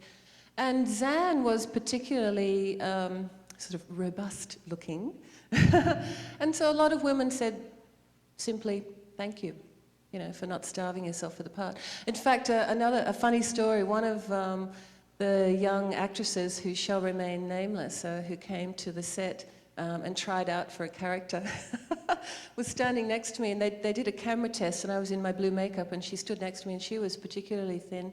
And I didn't really notice, but she said to me, I had my coat off at the time, and I had that long, slinky shift dress on that was hugging my curves. And she, in all her innocence, turned to me and said, oh, so is that a bodysuit? I said, bodysuit? What do you mean? Oh, no, I don't have like a leotard underneath. It's just bare legs. She said, no, I mean the curves. Is that like one of those things that you pull on that's got the boobs and the hips and the stomach and the... And she wasn't being bitchy. She was she, honest to God, thought that I was wearing a fat suit. And the cameraman, because everyone heard it on the set, and the crew went, and the camera guy went, oh, and the whole place just hushed because they didn't know what I'd do. And I roared with laughter. I said, oh my God, you think I'm wearing a fat suit? That's hilarious. No, I said, this is all me, and I jiggled it, And she was so embarrassed. She went every color under the sun. And she said, oh my God, I'm so sorry. Oh, I'm so sorry. It's just that all actresses are usually really skinny and anorexic, and I saw that you had these big curves and big bum and big, and I said, it's okay. It's all right. Thanks. Sorry, don't have to go any further. There's a perfect example of a strong, balanced woman, while someone is completely insulting you. It's okay. Thank you. Thank you. Morning. And I was wondering if Teryl can please tell us the tale of Chris and the duct tape. Oh, you remembered. Okay, we were talking about duct tape because somebody commented on one of the pictures of that I have out there. And Christopher Judge is one of the cast members on the show who took the picture, and we used duct tape to get the bumps in all the right places, right? He loved, oh yeah, it's an amazing tool. Yeah. Do you know how much time we're spending on breasts? I know, I don't know how. This next one, however, is there something wrong with this? I have a breast story too, but I'll wait. This one it's not a breast story, it's not at all. It's about working with somebody for umpteen years, and so you become like siblings, right? And this one particular morning, I tend to be a bit hyper anyway, so they usually limit me to 1 cup of coffee a day. And at 6 o'clock in the morning, I'm like, blah, blah, blah, blah. I said, that's okay, I haven't finished the other one. Look at that. It's herbal tea. Is that mine? No, it's mine. So I was hyper this one morning. I guess he just wasn't in the mood for my usual chitter-chatter self at 6 a.m. And so he was kind of snarky, a bit snarky. And I said, you know what, that's just uncalled for. If you're going to be that rude, you know what, I won't talk to you, okay, for the rest of the day. You're going to be like that? I am not going to talk to you. And so literally, throughout the day, I would not talk to him. If he would start to say something, I go, do you guys hear that? What is that? Is that a buzz in the air conditioning? Like, what is that annoying sound? I continue to do this throughout the day. And for those of you not familiar or haven't visited his set, you have the makeup trailers, but then also on the set, you'll have like an area, a station where you do touches, right? To get the shine off and whatever you need to do. So we were in for touches, and we literally 5 minutes before we were supposed to be on set to shoot. And Christopher was in one chair, I was in another. We're both getting touched up, and he said something again, and I had a water bottle with me, and I said, again, what is with this sound? It is so getting to me. And he got up and left. I didn't think anything more about it. I'm sitting there, and all of a sudden, I've got my water, and I'm sitting back in the chair, eyes are closed, they're doing whatever they're doing, and I hear the sound before I feel it. And so he starts, the duct tape, literally, he's got it, and he's yarding. He's taping me into the director's chair. I am now crying, I'm laughing so hard, screaming at him, tears, so the makeup job is ruined. So there's makeup going down my face. He kept doing it. They're calling. I couldn't get in. And when he finished, he ripped it off. He said, "There, that's the last time you're going to ignore me." So that's the Chris Judge duct tape story. They then had to cut me out and redo the makeup before we could get on set. See, no boobs in that one, Erin. No, but a lot of yang. A lot of yang energy in that one. Thank you. But isn't he also the gentleman that proceeded to take the sexiest picture I've ever seen of you? That's the same one. Interesting. You provoke a certain energy from each other. I guess. This is good to work with. This is the kind of energy that's great on a set. Because then you start to put it in your performances and layer it in hidden places. I know It Gil, would be hidden Gil because and I his did. character is so, well, you all know what Well, for that's those who watch perfect, it. you know? It's very quiet, subdued, and there's no emotion in And his- him too, right? There's That's him. That's him. Mine Oh, I is thought that just- was you. No, he's very, she's not. Well, she's quiet too. She's quiet too. She's So very here you have all contained. these fiery people in the dressing room making all this mayhem, and then they come up on set perfectly together. I think that makes for an interesting subtext beneath all that seriousness, you know? I think they found a key to their performance. Yes, the next gentleman. Hello. Hello. First of all, I'd like to go back by saying how important I feel it is for women to have a dominant role in a TV show, such as Wonder Woman, the Bionic Woman, Xena, and so forth. And I feel it's very important to have a balance between male and female in lead roles in TV shows. So Thank you. That was very nicely said. Thank you. you're very welcome. Now, I was wondering if Teryl could share with us some voiceover work she has done for TV, cartoons, and rather. You know what? I have the worst memory ever, and more importantly, I forget titles of things. I can tell you the most recent because it's fresh in my mind. G.I. Joe. I do the Baroness in that. What's the other one? G.I. Joe. Sabrina. I did a teacher in Sabrina. Another character in Bewitched or something. Not Bewitched. What's the other one? Oh, Barbie. Is it Barbie? I think it's Barbie. Some video stuff with You Barbie. played Rachel in Barbie. Did if I? I remember right. Oh my That's what- gosh. Why are you asking me, Adam? You know me better than I do. That's excellent. That was Thank the you. latest thing you had on your website. That's how I Thank you. remembered. Well, I'm glad somebody's updating it. So do you use your voice, or do you find yourself making or creating voices for a particular character? I'm, like you were mentioning earlier, it's a very closed environment. And voice actors, I find for the most part, that's what they do, they focus on. And consequently, they have a repertoire, as you probably know this as well, where they can do 7 or 8 voices. I'm not. I'm an actor who loves to play in that world, so I'm certainly not the A-list, and I am tickled pink anytime I get to go in and play. But it's not my focus, so I don't spend the time doing a whole lot of homework for it. Which, 6 or 7 characters. Yeah, that you so, should have, or you know. different accents. Some of these people, honestly, you guys, they would blow you away just to even sit with them at a table because they're phenomenal. These actors, they're phenomenal. And they switch from characters, and they do ad libs, which is what the cartoonists also want to a certain extent. Yes, they want you to follow the written world, but if you come up with something really wonderful, they'll go with it. So, and these people are very good at it, and so there's a nice exchange of respect between the creators, the writers, producers. It's interesting because I just. One of the things that I do is I have a company called Heroes for Hire, and I represent celebrities. And one of my newest acquisition of clients, which I'm very excited about, is SpongeBob. And Tom Kenny is my client, and I'm going, oh! I mean, we're all fans of somebody, right? I have a SpongeBob cell, from making the movie and the cartoons that I auctioned off and fought another woman at my daughter's school fair.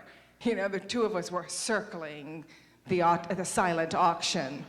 She would bid, and then I would counterbid. SpongeBob, it's a cartoon. It's a SpongeBob in SquarePants. Oh, it's great. It's American. I have a 12-year-old, so I live in Nickelodeon land, and and don't mind at all, really, But anyway, and also Mr. Lawrence, who is the writer and creator of SpongeBob, he plays Plankton, so I've got him as well. And they're such wonderful people. They're so creative and playful, and just having a conversation on the phone, just like giving information and exposition is fun, you know? They can do a story right there for you and play all 7, 8 characters. No kidding. With this, and they change. If you had your eyes shut, you'd think you're in a room with a bunch of different people. They're brilliant. I think people who do voiceovers for a living concentrate on their voice is their tool, whereas because we work in front of the camera, we have to use our whole soul and our whole entity as our tool. We're aware of our body language, our skin, our eyes, our soul, you know, everything. Whereas they're able to channel all of that just into their voice. So that's their only tool, isn't it? So they have to. But I find that sort of boiling it down to just that one instrument is truly the telling moment. For myself as an actor, when I get that right timbre of the voice, it conveys the character, the color, the mood, everything, and you really have to be truthful. There's a certain clean truth, and your voice will give you away if you're not there. That's very true. One of the directors in FARSCAPE used to say to me, Virginia, stillness is your friend. What a lovely director. What a nice thing for him to say to you. Isn't that fantastic? That's a good and one. He was always very cryptic, you know, and used to say things in phrases. Instead of, a lot of directors would say, Virginia, you know, do this or don't do that, or your performance is a little bit too effervescent, you know, can you make it a little bit, can you underplay it? But he would just keep, that's the only direction he ever said to me, stillness is your friend. And I knew immediately, exactly, because I meditate, so I knew immediately what he meant. Yeah. What's his name? Andrew Prowse.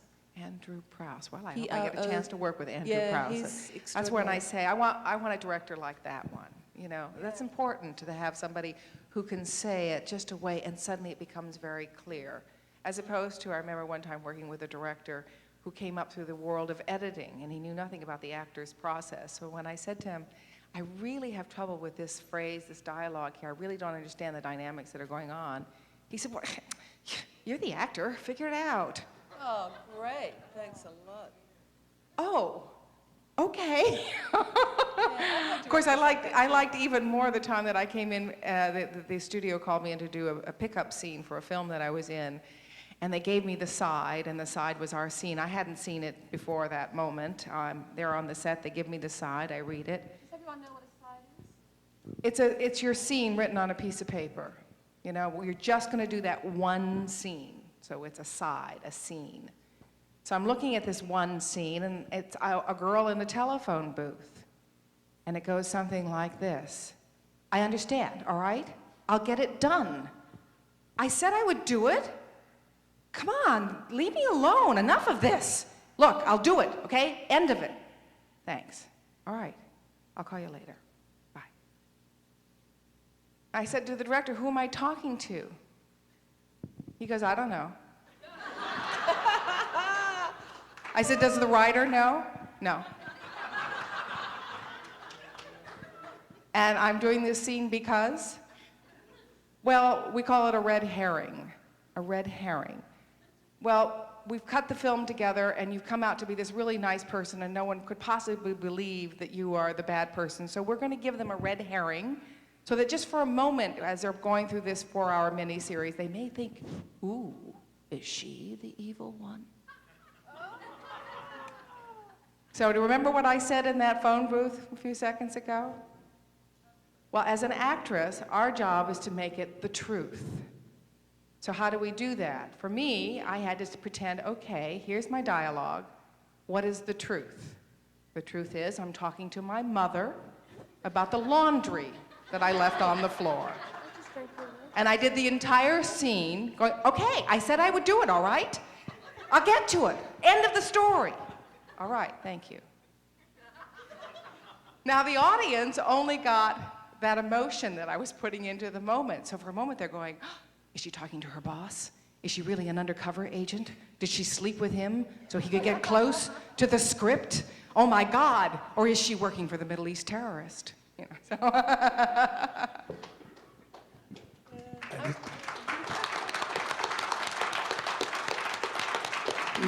I just have one more tiny question. Have any of you worked with Michael Bell? he has done so many voices, I can't count. Yes, actually. And what's he like as a person, or, He's a very conscientious man. He spends a lot of time raising money for charities. And I actually met him through a very strange situation. My son was going to school and doing a science project. And at that time, they were spraying a chemical with helicopters through our entire neighborhoods. I can't remember the name of the poison. And telling us that it was safe. And my son and I had gone to the library and done a lot of research. Malathion, I think it was.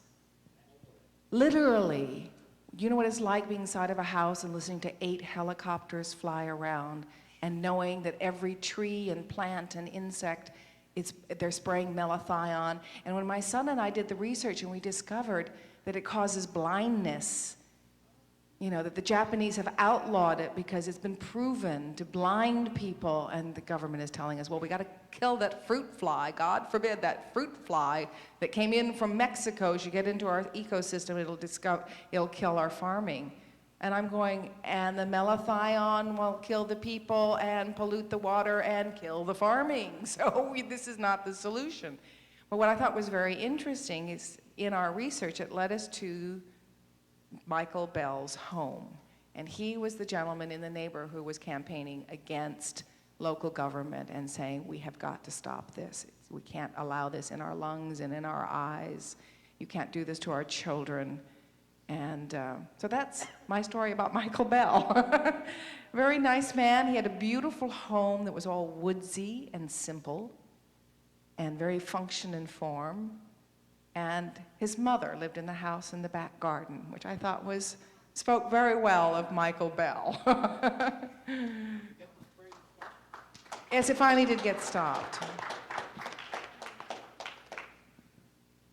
Hi, this question is mostly for Erin. When I grew up, I loved the Battle of the Network Stars, and I know you did a lot of those. I was wondering... Yes, didn't I? Yeah, a few questions. It seemed like everyone was trying hard, but were they, or was it staged, some of it? You know, like, it seemed like it was always even at the end. And also, was it volunteered? Was it part of your contract? People had to do it? And the last part was Robert Conrad, was he crazy? And was Howard Cosell sexist? All right, go ahead. Wow, that's a lot of questions. Yeah. I'm right with you. All right. But did you... Robert Conrad and I, Yeah. first of all, in answer to your question, we're kindred spirits when it comes to being who's the point sergeant, okay? You want to mess with me? And it was funny because I am the wimpest football player, but I would get right in his face and he'd go, oh, I like this. But I was also highly competitive, and he knew it.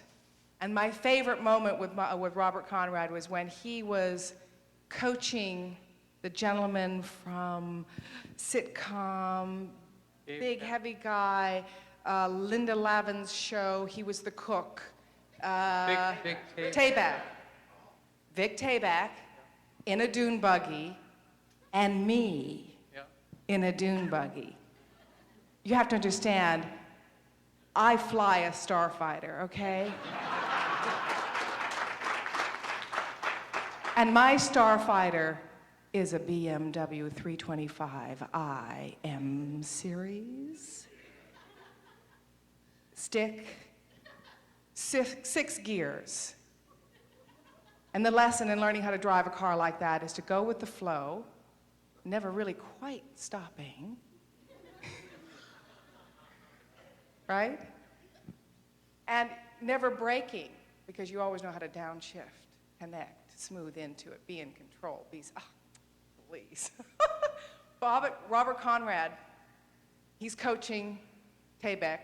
I'm there, and I knowing how to muscle the engine just enough to keep it right rev just for that moment. And he's going, Tayback, get it in gear, you ass. Excuse me. You know, give it a little gas, warm it up, you know. I took off, and in a car, I'm an equal with any man. And I went around those curves, just edging down, up, all the way through. Tavik does the first turn and flips 3 times in the air. Then comes the moral dilemma. Do I stop to see if he's all right? Or do I keep going? I stopped. It was hard. He was fine, yes. Luckily, we had a dune valve that was in cage, so it was a cage that was flipping over, and we were all tied in. But in answer to your questions, was it real or was it staged? There were some aspects, some people, everything in their life is staged. For me, I was in for the kill. Okay?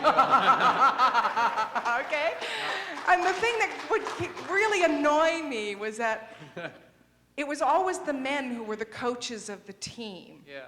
You know, it's like, no, I'm the one that got you up in the morning at 6 o'clock to teach you how to play tennis the day before the tournament because you've never played before. I want to make sure that all the members of my team know the rules because I don't want anybody rowing the boat backwards, you know? Which happened, by the way, because our coach had never been in a rowboat before. So he didn't think to maybe try it out the night before anyway. So as for Howard Cosell. Yeah.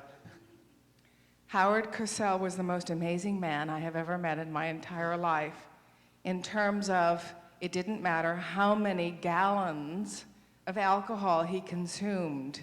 He had the most liquid, intelligent mind that never stopped and was such a collection of wisdom and knowledge and tidbits. It was just amazing. And I learned very quickly that if you had nothing to say and saying it quickly, you're going to be just steamrolled right over because he was on fire. But he did start drinking early in the morning. It was just amazing. He had that tumbler with him the entire time. But what amazed me was 3 months later when we were in the recording booth and they had edited the show together and we had to narrate it together, he never forgot anybody's name or what the statistic was. And I'm going, how do you remember that was 3 months ago and you were sloshed, for God's sakes? You know, when you got a mind like that, be sloshed, I guess, because he was certainly enjoying his life completely. He was very comfortable who he was, and you listened to him. He had things to say, and he was honest about it, which I liked a lot. It was a pleasure working with him. And other than award shows, that was probably few chances to meet all your peers, right? Was there any other chances to work with other actors? That's true. We didn't always socialize. And there's a certain friendship and connectedness that happens. I mean, when you fly down to Mexico and all have Montezuma's Revenge in the same day, you know, you get very close. But it was interesting to see who were what roles people take in situations like that. Who's the one that's going to be the point sergeant and who's the one that's gonna, I don't want to get in the water because I'll mess up my hair. Oh God, keep me away, no. Well, did I answer all your questions? I think I did pretty much. Very good job. Morning. Thank you for coming. Question for Teryl. The puff and ruffle, I know you've done it a million times. You've also done quite a few of these. Well, see, that was my question. I know you've told the story a million times. I don't want to embarrass you to ask you to tell you again.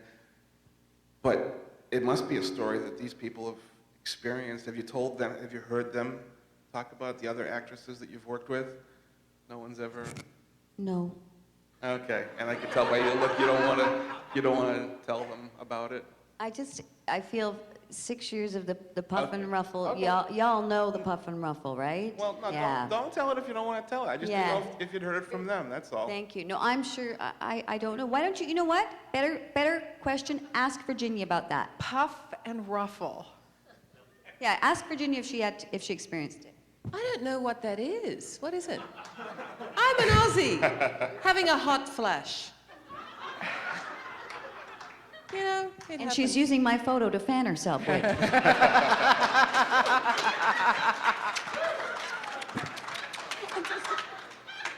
I love her. She's helping my menopause. The story has to do with female guest stars showing up for the show. Say that again? female guest stars showing up for the day, for the shoot, and the reaction by the men.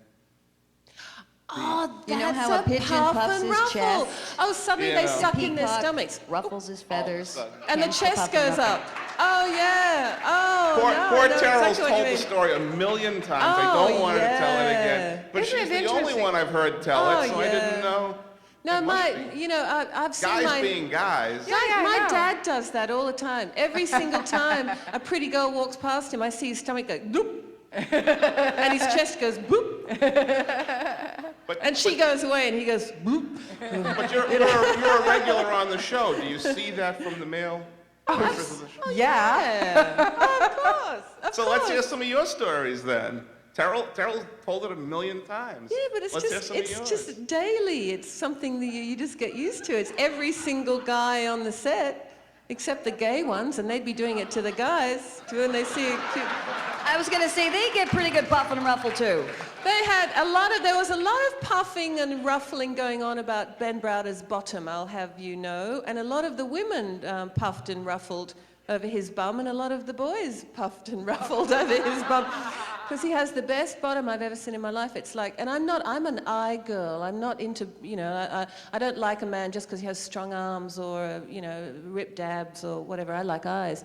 But I have to admit that when I saw Ben Browder's bum in those leather pants, I started fanning myself then. But seriously, there's a lot of puffing and ruffling going on, yeah. And all the guest artists in FARSCAPE always had mountains of, again, the cleavage, tight costumes and very revealing outfits, because they knew that we wouldn't get into the outfits. So the poor old writers and producers had to put all the sexy outfits on all the guest actresses. And the boys, the men in the crew, the male producers, suddenly they'd be on the set, and they normally wouldn't be. You'd get a lot of guys hanging around the set that normally would not be, and everybody was shined up and looking beautiful and telling their best jokes, and we're all going, oh, yawn. See, now, Teryl, if you had told the story, it would have been so much better. Thanks. Oh, I'm so sorry. No, I meant for me. No. Okay, I feel a spank coming on. No. You're not married, are you? I feel a spank coming on. I meant if she told it instead of me telling it. I think you need a spank. Would you like to come here? Come on. Get up here. Up you get. Get your patootie over here. Come on. No, I'm too old to let this one go past me. I have to give him a spank for that comment. Okay. Bend over. There you go. I know, darling, I know.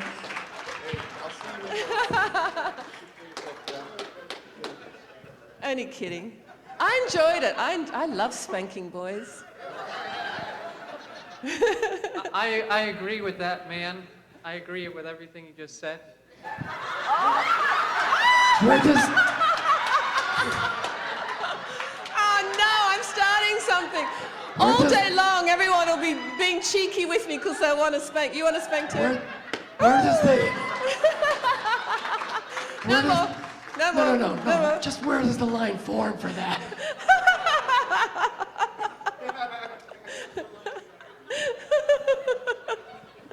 I'll have people all day long being cheeky with me, hoping for a spank. My hand will be throbbing by the end of the day. Cheeky, literally, yeah, right. Spanking with every autograph.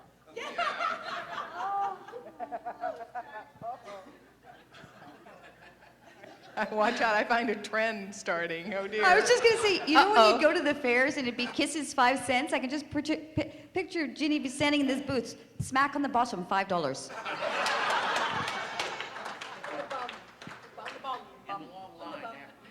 Yes, my dear.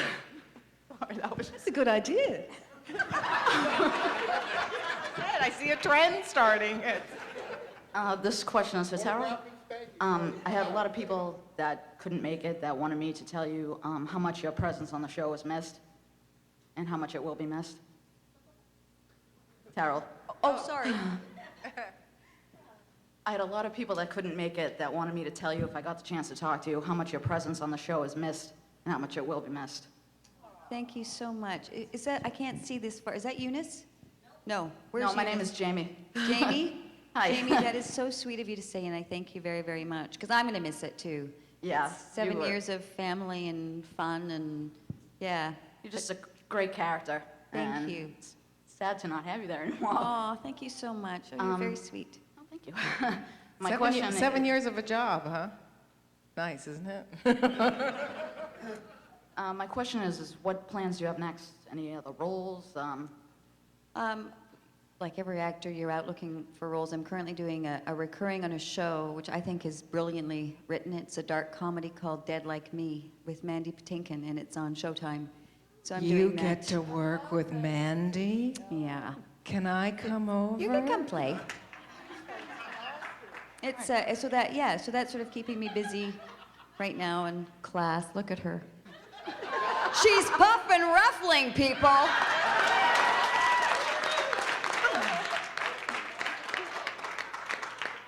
Do you remember Yentl? Ah, him taking off that shirt outside and that sun glistening through. Yeah. I'm gonna rent And it. then to see, and then I had also heard him on Broadway singing Evita. Oh, that was my first introduction to him, that Latin. Yeah. And he's Jewish. What? I was gonna say, do you want the fan? Oh.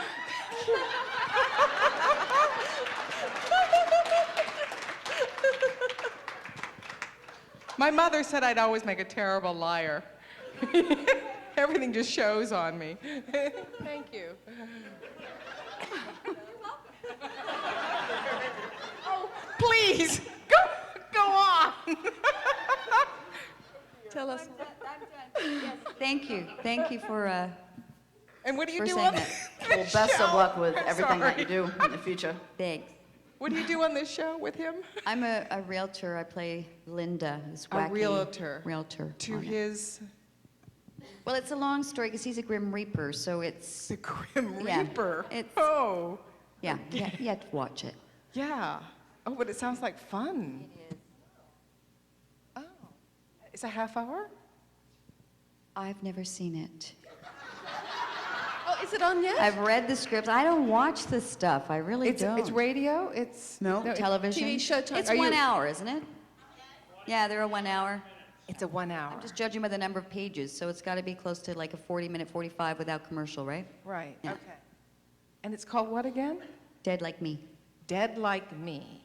And where is it shown? Well, I'm sorry, I really want to tune in. Showtime. I don't want to lose the moment. Showtime?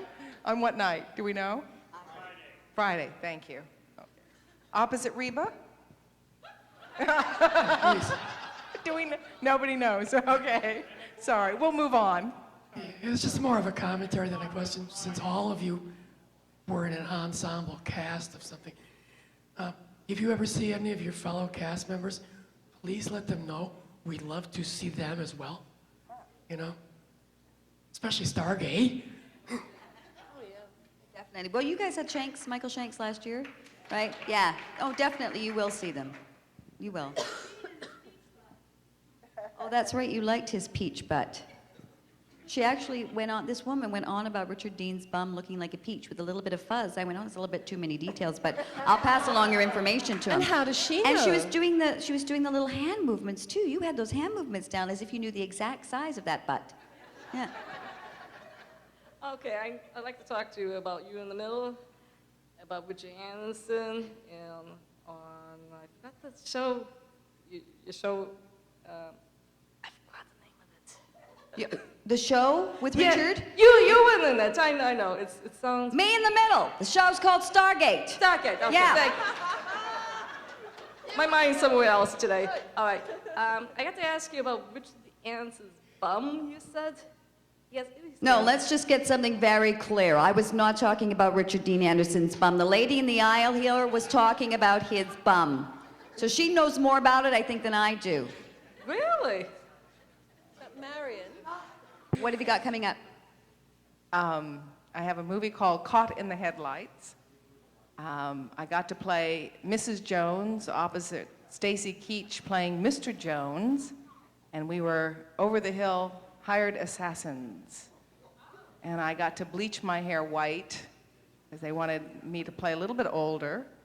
And I did. It was great. It was interesting to cut off that long locks and just have an inch all over and bleach it white. Oh God, it was a 10-hour process. But we were hired assassins who, as I like to say, like to get it on during stakeouts. So we had a lot of fun with the characters, to say the least. And that's supposed to be coming out this summer. And then I have another movie that has been coming out for the last 3 years and it still isn't here. And that's called Woman's Story. I think tentatively there's a thought that maybe we'll be in Richmond, perhaps Washington, D.C. by summer. So we'll see on that. And I don't have an agent in America, so I haven't acted here. Kind of a bit lost about it all, really, not really knowing what to do, because I'm not very well known here in America to the casting directors, so it's difficult to be seen. And the only thing they really know me from, without looking at my bio, is Road Warrior, which was 21 years ago, so they presume that I'm a little old lady. And they don't know that I'm a big siren broad. So I just gave up. I gave up acting, and now I teach meditation full-time, and I do conventions, and I've got a range of beauty products and aromatherapy candles coming out on the market this year. So it's all, I've got other stuff. I mean, I may act in the future if I get an agent, but at the moment, I'm just sort of, I'm like a spinning top. I don't know where to go, how to kind of go about it. It's almost like the industry in America is a train that's going real fast, and I'm standing at the station going, oh, there's another train. Oh, can I get on this one? Shoo, and it goes past. I'm too slow, I'm like a praying mantis. I go towards the train and it's whoosh, gone. So I'm not sure what to do. But anyway, I'm happy just to be in the space that I'm in right now, and I figure I'm in where I'm supposed to be. So that's the right attitude. Yeah. Where I am is where I am. And you're creating. Yeah, yeah, more so than I would be if I was doing anything else. Yeah, sounds good. Yeah, I'm happy. Would you like to play a villain? Love to play a kick-ass villain. Absolutely, yeah. Oh, is that an offer? Oh, I haven't given up acting. I've just... Yes. Good morning. Good morning. My question is for Teryl. Can you tell us why they decided to get rid of the Dr. Fraser character? It's one of the best ones on TV. Thank you very much. To be honest with you, what I was told was we need to shake things up, quote unquote. They wanted to shake things up and kill off one of the characters, one of the main characters. So sadly, it meant Janet had to bite the big one. But as much as I'm sad about it, you also have to be grateful. Like you say, 7 years it's been an absolute blessing. And more importantly, it's enabled, I think we can all say this, it enables us to come out to you guys and say thank you for your years of support and for watching our shows, because if it wasn't for you people, we would be asking you if you wanted skim milk with your latte. Do you know what I'm saying? So thank you again, all of you.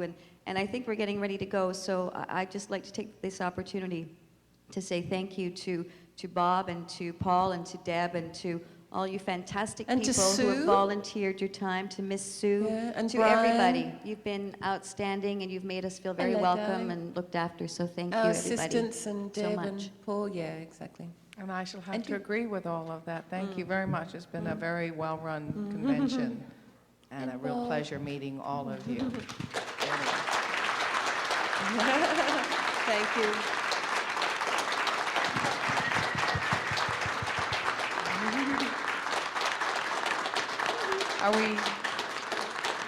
Do we end it there, or should we? I think so. That's it? I saw them coming in, so I thought, I know what that means.